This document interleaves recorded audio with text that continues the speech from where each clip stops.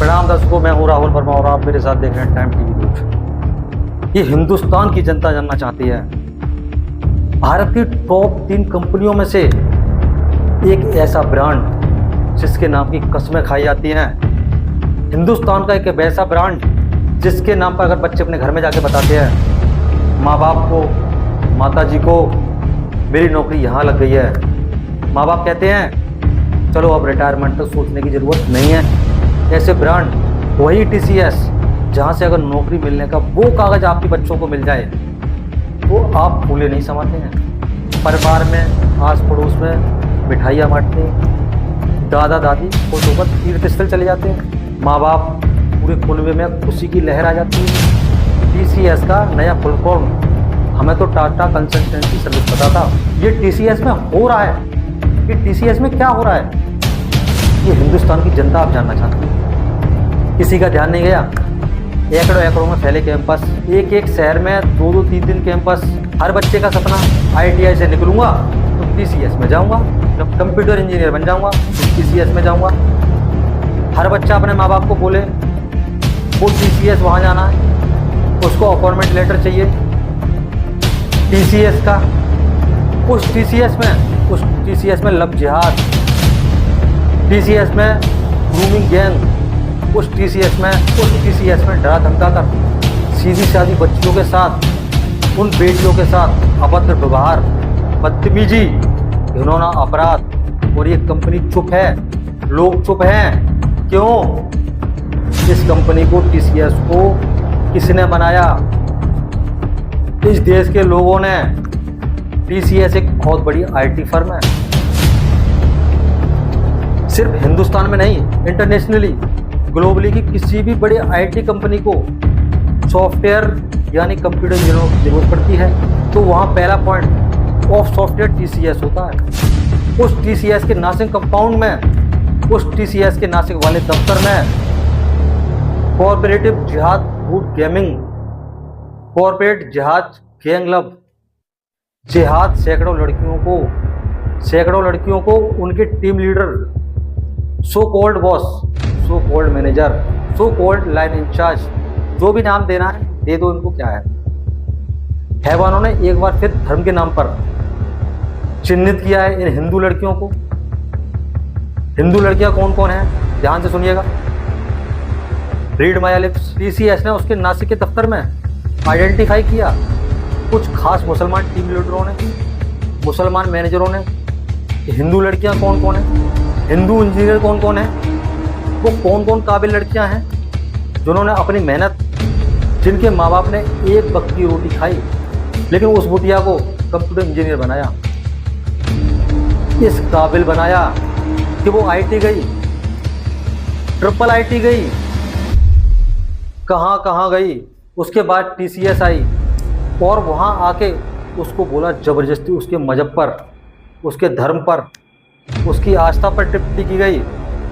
बोला गया तुम्हारे भगवान तुम्हारे आराध्य हैं, ये तुम्हारे आराध्य। वो उनको बोला छत पे जाओ, नमाज पढ़ो, मजहब बदलो। क्यों? इसलिए। और TCS के वो आला अधिकारी चुप रहे। नासिक पुलिस को 42 दिन लगे, 7 अफसर 42 दिन। यह मानने को मैं बिल्कुल भी तैयार नहीं हूँ जिस नासिक के TCS के कंपाउंड में, जी हाँ, टाटा कंसल्टेंसी सर्विस TCS के कंपाउंड में जो हो रहा है, वहाँ के टॉप बॉसेस को ये मालूम नहीं था। नासिक पुलिस गई,